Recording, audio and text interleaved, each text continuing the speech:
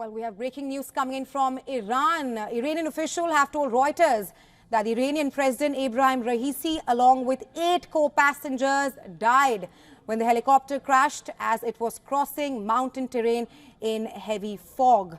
And just moments before, we received first pictures of the crash site, where the Iranian TV said that there are no signs of life. Well, this is news coming in from Iran, where Iranian officials have told Reuters that Iranian President Ebrahim Raisi, along with 8 co-passengers, died when the helicopter crashed as it was crossing mountain terrain in heavy fog. For more on this, our Pakistan Bureau Chief Anas Malik is joining us on the phone line. Anas is currently in Astana, Kazakhstan, where the Iranian Foreign Minister was supposed to attend the SCO Foreign Ministers meeting. Hi, Anas. We have the breaking news from Iran, where Iranian officials have told Reuters that the Iranian president and the foreign minister have died in that fatal chopper crash.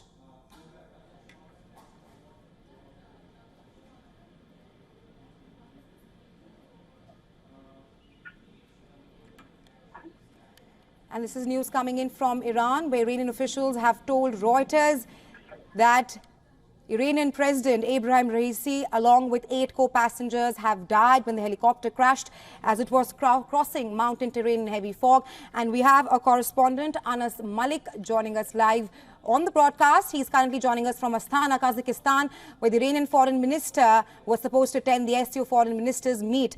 Anas, we have breaking news from Iran. Iranian officials have told Reuters that Iranian President Ebrahim Raisi and the foreign minister have died in that fateful chopper crash.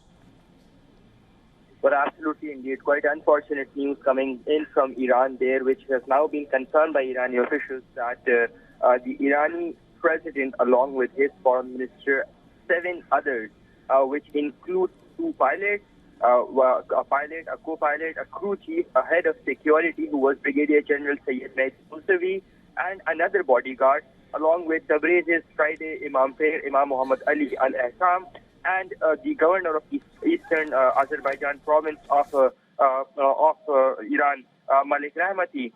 They have all died. They have passed away following a fatal crash of a helicopter, and that was reported earlier yesterday. Now, rescue operations were ongoing. The crash was first reported at about 4:30 p.m. Local time, which said, and the report that first came in, they said that the helicopter carrying the president had met with an incident which was converted into a hard landing, and it only came to light only when the other 2 helicopters, part of the convoy acting as a decoy, they had managed to land in Tabriz. But the main helicopter that was carrying President Raisi and 8 others, including the foreign minister Amir Abdullahian, that did not manage to land. Now, the other problem was that with regards to the security issues, the main helicopter did not have a transponder on, which of course made it quite difficult, or rather next to impossible, to have it located per se. And this is standard practice given the security concerns.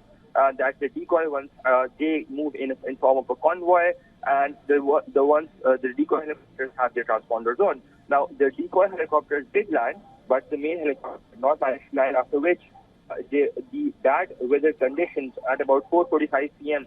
were being cited that bad weather conditions were the reason for this hard landing, and that rescue teams have been dispatched. Now, overnight, we heard 65 rescue teams were part of this operation, this grand operation that was launched, which had drones, which had rescue teams. The Iranian Red Cross was also part of the operation. And then we saw that the EU, they opened their satellite. The Iraqi government, they offered support. The Turkish government, they offered support. So it was quite a great event of solidarity per se, where we saw different governments getting together, offering not just their condolences or sympathies or prayers, but their support as well in practicality, given the minimal resources that Iran has.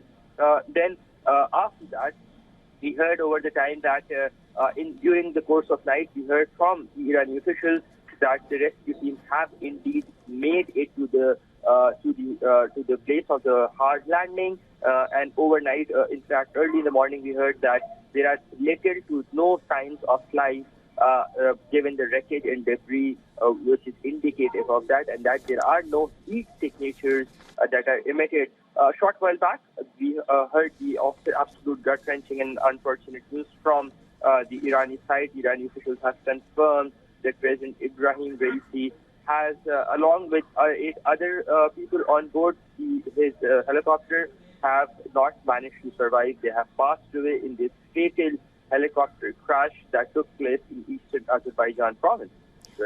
Right, and as just before this fateful news, we saw the first pictures of the crash site.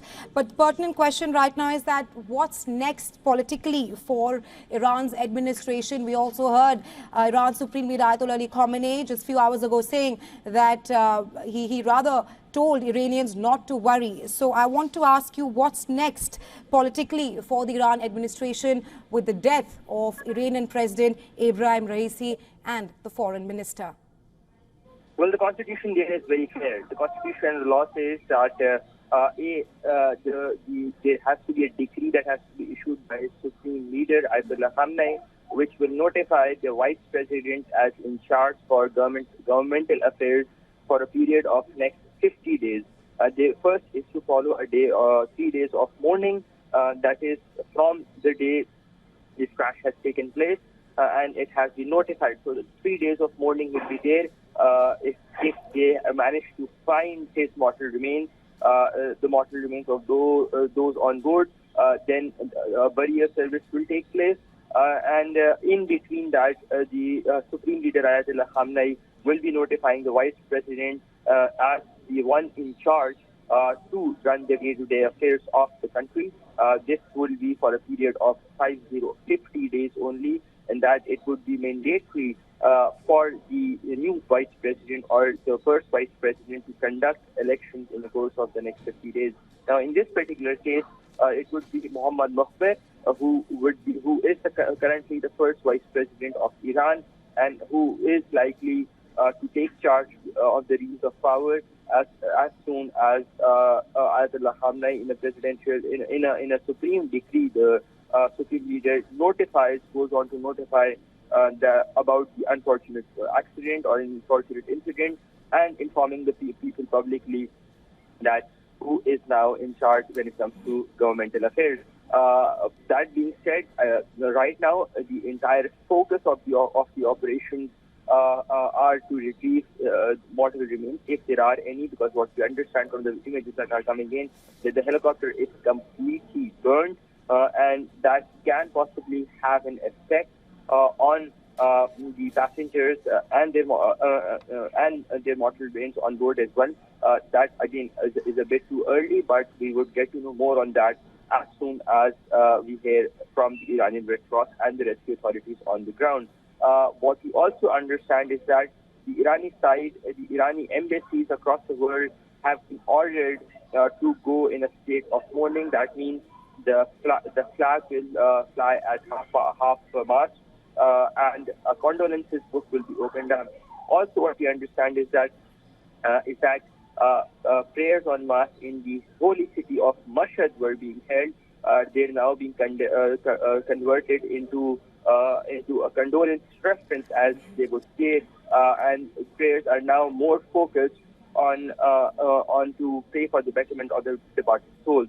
What we also know is that bureau chiefs and representatives of Iranian news agencies across the world have been asked to immediately come back to Tehran and be with the people as a token of solidarity, given the unfortunate events that has panned out in the country over the past 24 hours. Right, Anas, I was just coming to that. You speak of how all the officials and authorities, Iranian authorities, have been asked to come back to the country after this fateful news of the demise of the Iranian president and the foreign minister. The SCO foreign ministers meeting is set to convene today in Astana, from where you're joining us live. And the Iranian foreign minister, Hossein Abdullahian, who was supposed to attend the meeting there in Astana, has died in the chopper crash. Do we have any word from that quarter? Do we have any word for any kind of a lower level representation instead of the Iranian foreign minister? Well, we already have an Iranian delegation or one person representing Iran from Tehran at the headquarters here. He is the national coordinator for the Shanghai Cooperation Organization. But what we have heard on background from the SK Secretariat is that the Iranian charge d'affaires here in Astana will now be leading the Iranian delegation for the Shanghai Cooperation Organization meeting of the Council of Foreign Ministers that is scheduled to take off today through an informal dinner that begins sometime at around 6:30 in about 8 hours from now, local time. The Irani charge d'affaires here in Astana will be leading that. The ambassador has been asked to come back to Tehran. So therefore, the Irani charge d'affaires, the CDA, will be leading that. What we knew that up until last night, the Irani officials were quite optimistic. They did not indicate a change a change in the schedule, and the initial schedule was that Hossein Amir Abdullahian to land at about 3 p.m. local time here in Astana, and then after that he was due to hold some bilateral meetings, including a meeting with his Chinese counterpart, a meeting with his Russian counterpart, and with his Pakistani counterpart as well.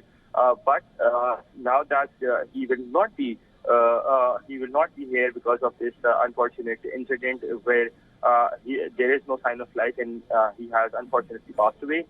So the Iranian side will now be represented by a local and in-house officer, the charge d'affaires, who is based here at the Embassy of Iran in Astana.